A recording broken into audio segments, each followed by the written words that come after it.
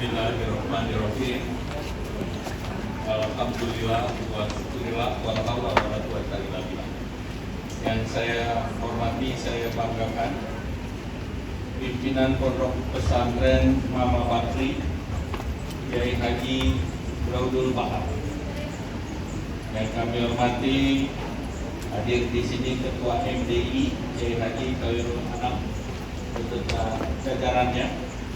Menyaingi Khairul Anam yang lagi A6. Saya punya keturunan Kiai Hasyim Asy'ari yang asli, yaitu Gus Ipang Wahid, pengelola Asanur. Kemudian juga Pak Aceh Hasan Sajili, Ketua Golkar Jawa Barat. Kemudian juga Pak Sekjen Haji Ludwig Friedrich Paulus. Kemudian juga hadir di sini Deputi dari Menko Pak Ferry. Kemudian juga yang saya banggakan Wakil Ketua Umum Bapak Safrin dan Ibu Iqbal. Dan juga tadi Dr. Kiai Haji Ece Mubarak. Hadir di sini juga anggota DPR, ada Raffi dari Dapil Bogor. Kemudian ada juga Pak Budi, Dapil Cianjur tahun ini. Kemudian ada Bendahara, dapilnya Dapil Jawa Tengah, tapi lebih banyak di Jawa Barat. Namanya Pak Sigi. Dan kemudian ada yang dapilnya Kalimantan, yaitu Pak Franky Sibarani. Dan juga hadir di sini calon Bupati Bogor, Ade Jarot.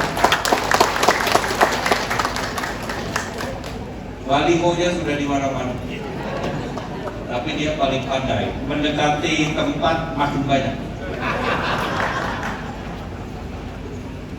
Kemudian calon wali kota Bogor, Pak Dedi Abdul Rahim. Batiknya sudah kuning. Kemudian juga ada Ketua Golkar Kabupaten Bogor, anggota DPRD Pak Wawan.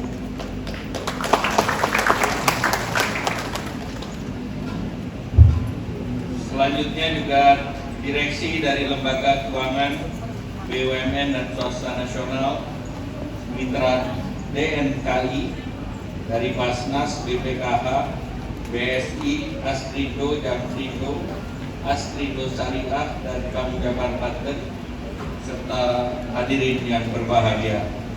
Pertama, marilah kita panjatkan puji syukur kehadirat Allah Subhanahu wa Ta'ala.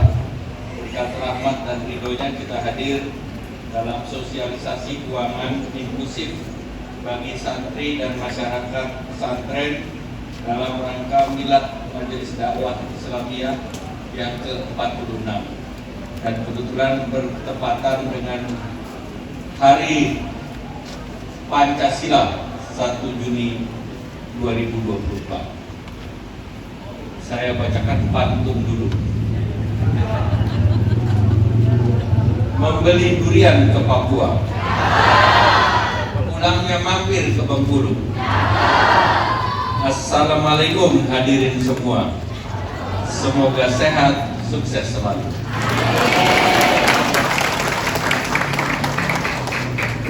Di kesempatan ini saya berterima kasih kepada seluruh stakeholder, yaitu pemerintah Provinsi Jawa Barat, pemerintah Kabupaten Bogor, lembaga legislatif, para direksi keuangan BUMN, Basnas, BPKH, Bank Syariah, BJB, Jamstrindo, Astrindo, Jamstrindo Syariah, Astrindo Syariah, serta pengurus Majelis Dakwah Islamiyah yang menyelenggarakan acara ini dengan secara baik, walaupun tadi hadiahnya masih ada yang transfer. dan tiket untuk mendatangkan juaranya belum dikirim. Jadi itu dua hal pesan supaya itu segera dikirim supaya bisa didatangkan untuk menerima hadiah. Itu bisa di DPP Pak Yai. Ini saya ngomongnya Pak Yai tapi maksudnya ke Mas Sigit. Apalagi seragamnya sudah connect. Kalau bahasa Inggrisnya sudah sengkredek connect. Maka hadiah diminta, hadiah saya bisa siapkan, termasuk piala.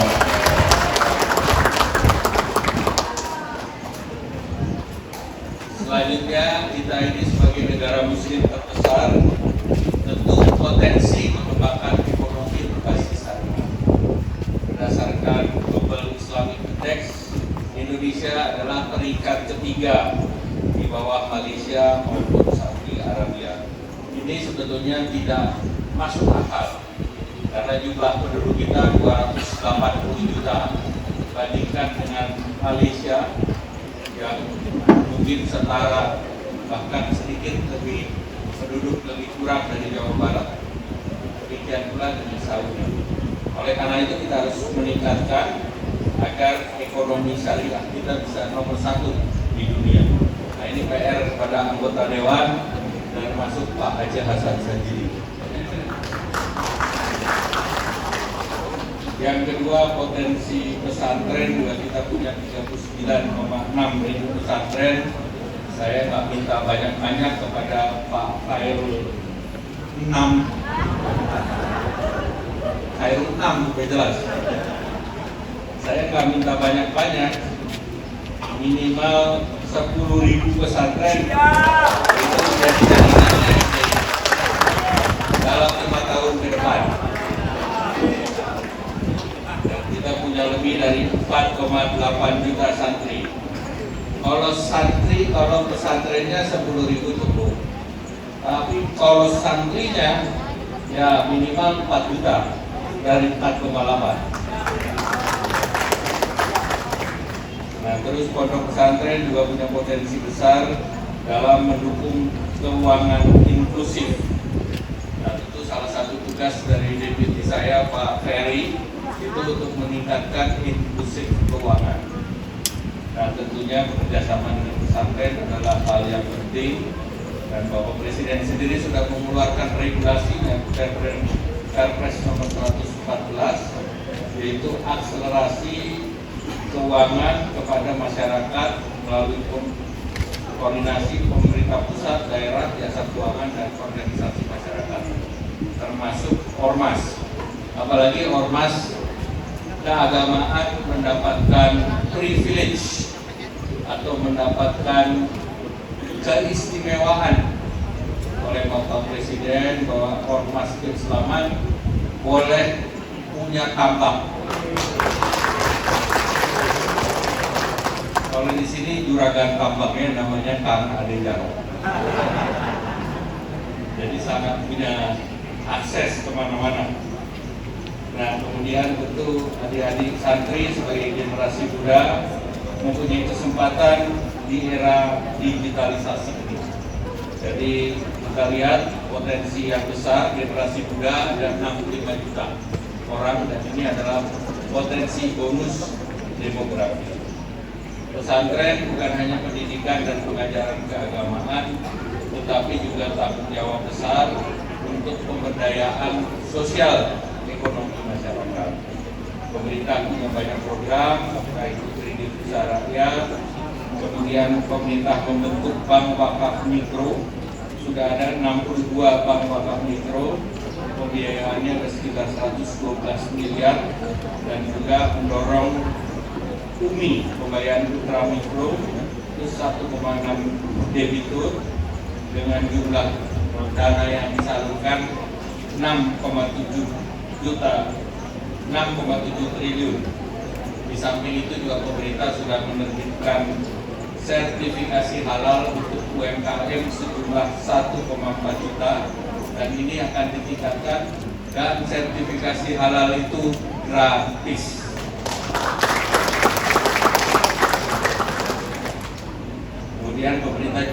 mendorong operasi pondok pesantren atau pesantren, dan ini tentunya berdasarkan data posisinya adalah cukup besar, yaitu hampir 90%. Dan tentu saya berharap bahwa target inklusi keuangan 90% bisa dicapai, apalagi dengan kerjasama dengan pesantren. Tadi sudah banyak yang disampaikan, saya hanya ingin menutup dengan pantun lagi. Nyari bahannya. Ikan hiu makan lapis Surabaya. Mahasiswa IPB belajar biologi. Cukup sekian dari saya, semoga kita bisa berjumpa lagi.